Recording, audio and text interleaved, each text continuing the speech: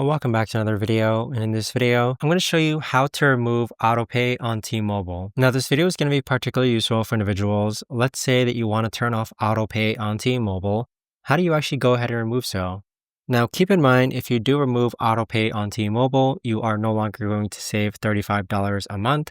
But in order to remove AutoPay, what you're first going to do is log on to the T-Mobile app. Next, on the bottom right-hand corner, you're going to click on Manage. Now from here, underneath your current balance, you're going to see Manage AutoPay. So go ahead and click on Manage AutoPay. Now, once you've done so, just give it a couple seconds to load. Here is where you could actually go ahead and cancel AutoPay on T-Mobile.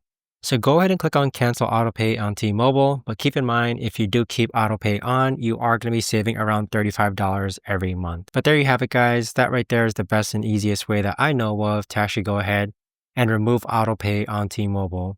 If you guys know of a better or easier way to actually do this, let me know in the comments down below. I would love to know. Thanks so much for watching, everyone, and I'll see you guys all in the next video.